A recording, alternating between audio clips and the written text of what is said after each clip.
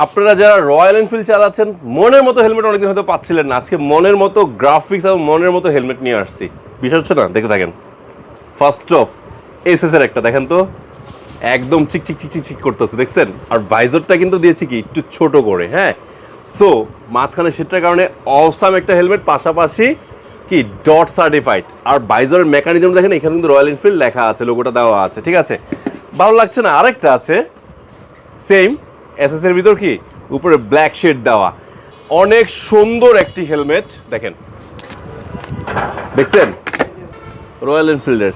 So এই হেলমেটগুলোর সুবিধা কি, আপনারা চাইলে ভাইজর খুলে রেখেও চালাতে পারবেন, নো প্রবলেম।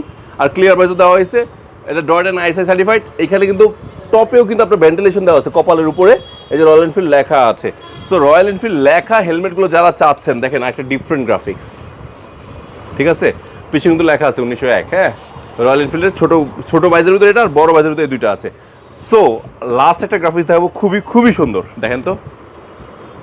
এটার পাশে যে রাউন্ডটা একদম লুক্রেটিভ, মানে এতটা লুক্রেটিভ যে আমার বিশ্বাস যে এই ধরনের হেলমেট এর আগে কেউ পান নাই। এই যে আইএসআই ডট সার্টিফাইড এবং খুবই লাইট ওয়েট। সো রয়্যাল এনফিল্ডের যে কোনো হেলমেট পারচেস করার জন্য কী করতে হবে, স্ক্রিনশট নিয়ে স্ক্রিন নাম্বারে পাঠিয়ে দেবেন। আর যদি সরাসরি দেখে কিনতে চান, চলে আসেন মগবাজার বাইকার্স কর্নারে।